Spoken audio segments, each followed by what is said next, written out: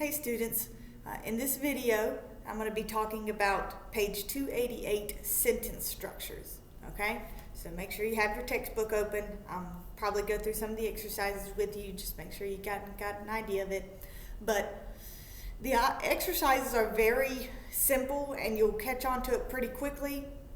What I want to make sure you understand is the concept as a whole, what we're doing with these sentences. Okay, we're now moving into the unit where we are starting to apply the knowledge that we've gathered from all these different parts of speech and how to use them effectively when we combine them all together, of course, to make sentences. It might seem, pretty simple and pretty easy, but these mistakes can be more common than you realize, okay? So on page 288 in your grammar book, it says sentence structure, and it doesn't have a definition, but I kind of made up my own just to kind of be clear. I think this is kind of a good one. Sentence structure is when you are using words, phrases, and clauses, okay, all the parts of speech, and putting them together to make effective sentences. Trying to communicate clearly the point you're trying to get across, okay?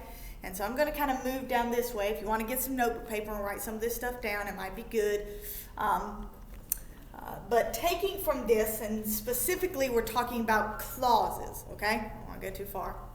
Clauses, this is in your book. This is point 1 in your book on page 288.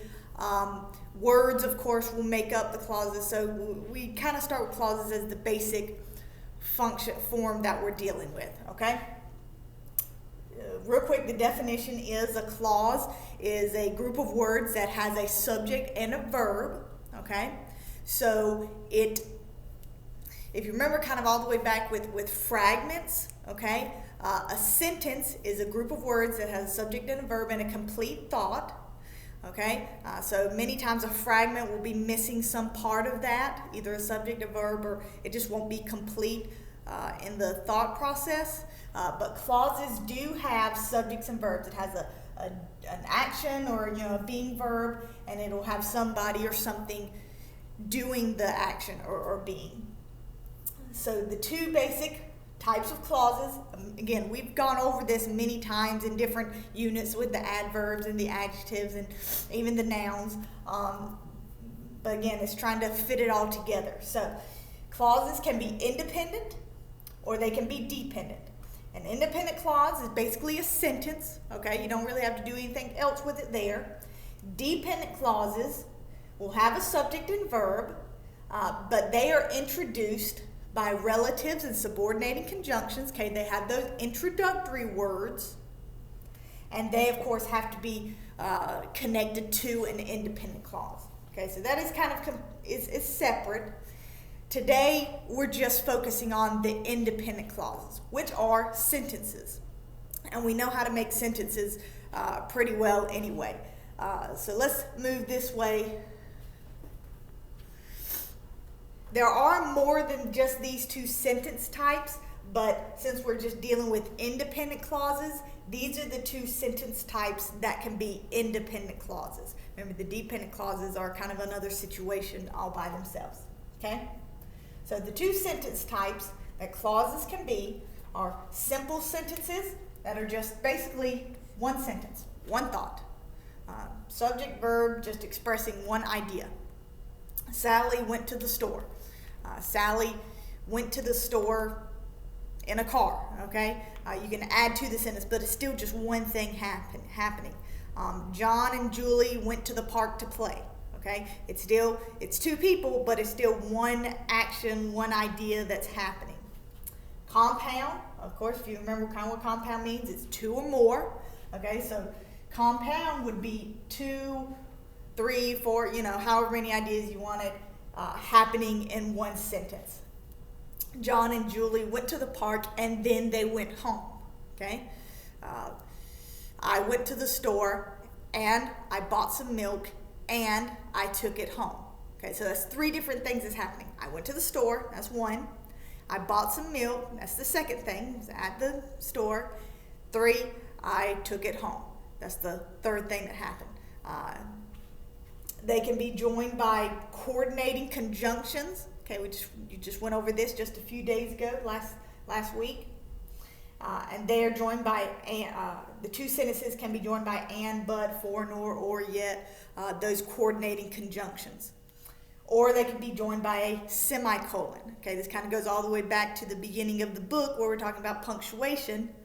And semicolons and coordinating conjunctions join two sentences. Of course, you got to make sure you have a comma with your coordinating conjunctions. Let's look in your book just to kind of get an idea of what it looks like on paper, of course. Exercise A, again, it's very simple. You're just basically looking to find if you have simple sentences or compound sentences. One sentence or more than one sentence, okay? And to find out if you've got more than one sentence, you're going to look for a coordinating conjunction or a semicolon.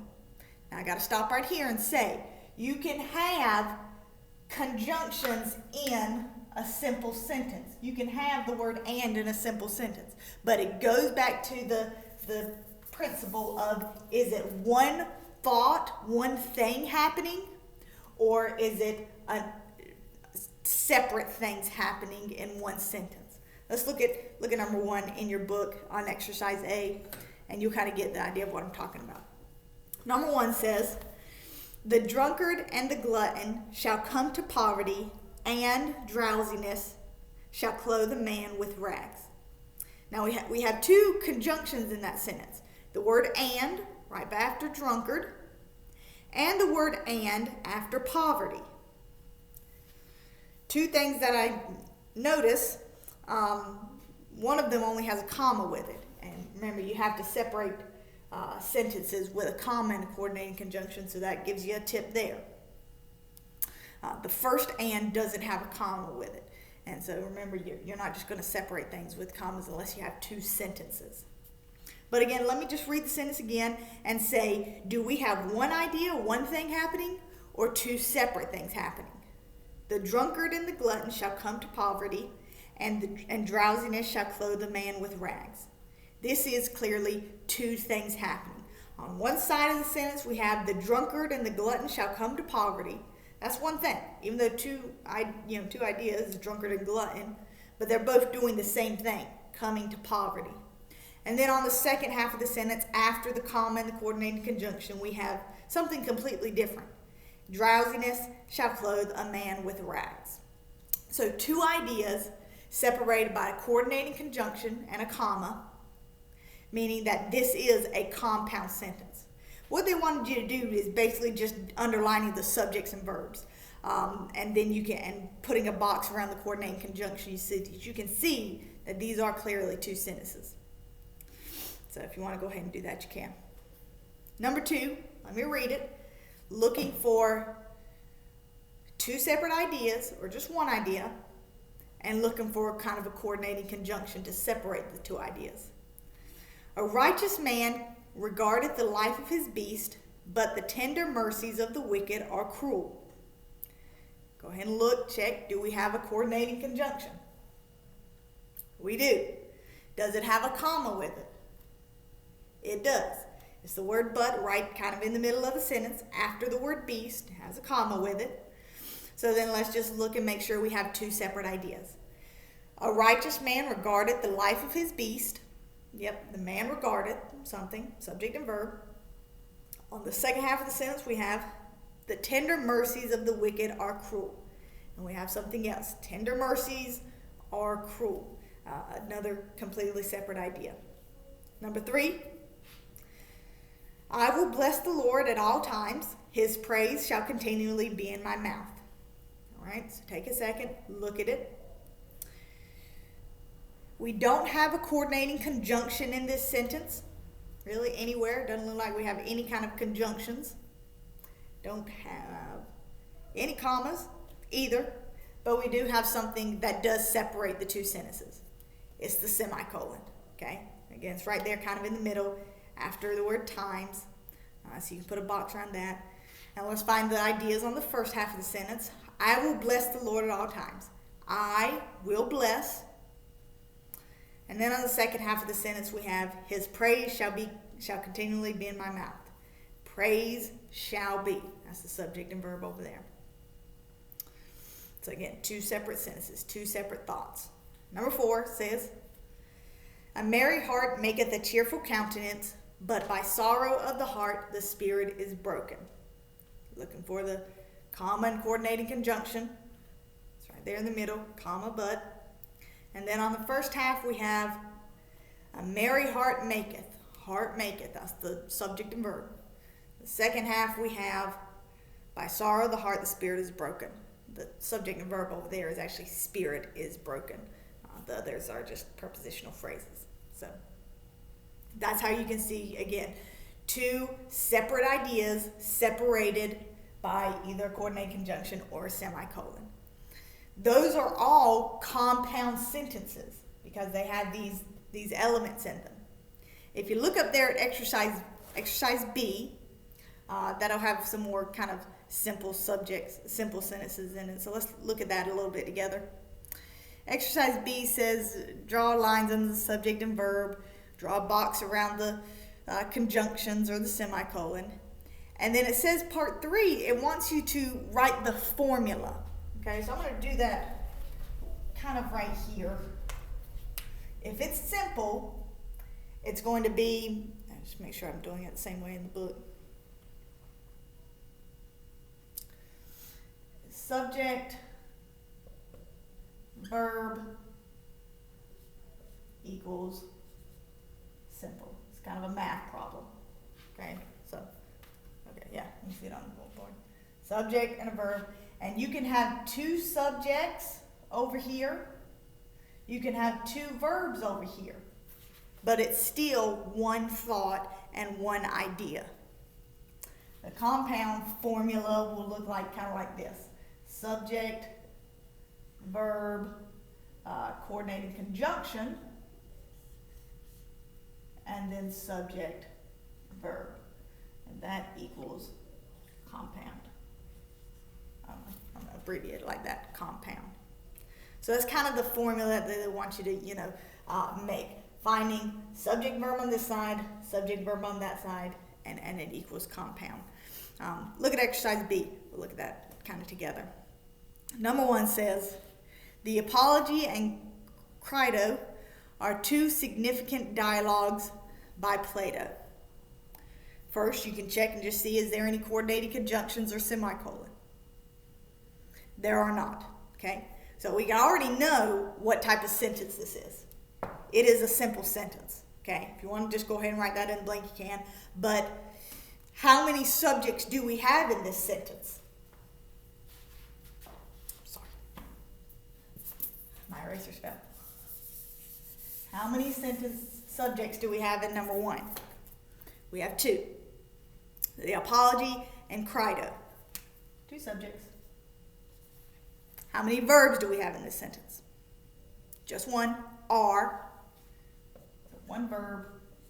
No coordinating conjunction, so it does make it a simple sentence.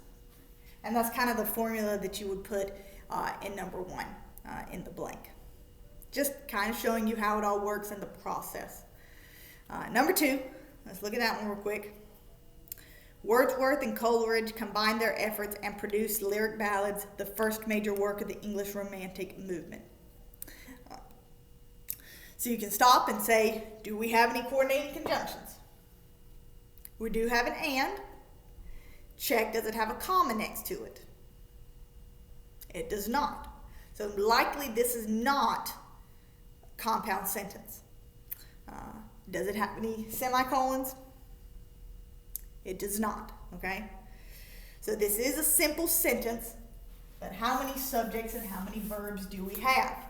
Number 1, the first subject, Wordsworth and Coleridge, so we have 2 subjects. What did they do?